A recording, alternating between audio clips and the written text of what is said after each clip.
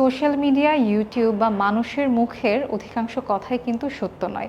এতে করে পেশেন্টের অপ্রয়োজনীয় কিছু অর্থ নষ্ট হয়, কিছু অপ্রয়োজনীয় ওষুধ খাওয়া হয় এবং সঠিক চিকিৎসা থেকে পেশেন্টরা দূরে সরে যায়।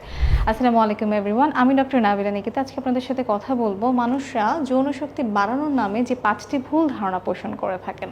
প্রথমত হচ্ছে ভায়াগ্রা। এটা খুবই পপুলার ওষুধ এখন একটা। এটা খেলে যৌন শক্তি স্থায়ীভাবে বাড়ে।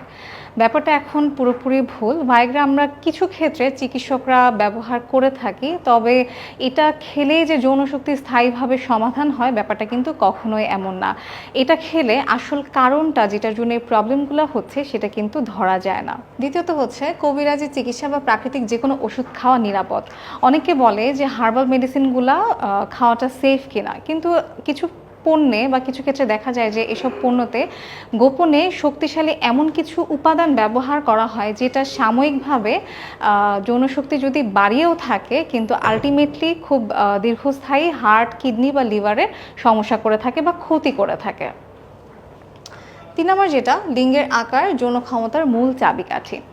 সবসময় একটা কথা মনে রাখবেন, লিঙ্গের আকার কিন্তু কখনোই ম্যাটার করে না। ম্যাটার করে আপনার শারীরিক এবং মানসিক সুস্থতা, আপনার শরীরে হরমোনের ব্যালেন্স, আপনার লিঙ্গতে রক্ত প্রবাহ বা আপনার হাজব্যান্ড ওয়াইফ বা পার্টনারের মধ্যে একটা বোঝাপড়ার উপরে। লিঙ্গের আকার একটা পার্ট মাত্র। 4 নম্বর, বয়স বাড়লে যৌন জীবন শেষ।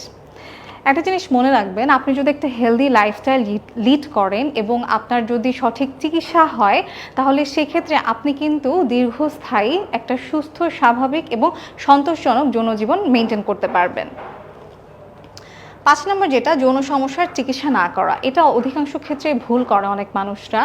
লজ্জার কারণে চিকিৎসকের কাছে তারা যেতে চায় না বা মনে করে যে এটার কোনো চিকিৎসা নেই, কিন্তু এই যৌন সমস্যার অবশ্যই চিকিৎসা আছে। তাই আপনারা লজ্জা না পেয়ে অবশ্যই এই সমস্যাগুলোর চিকিৎসা করুন।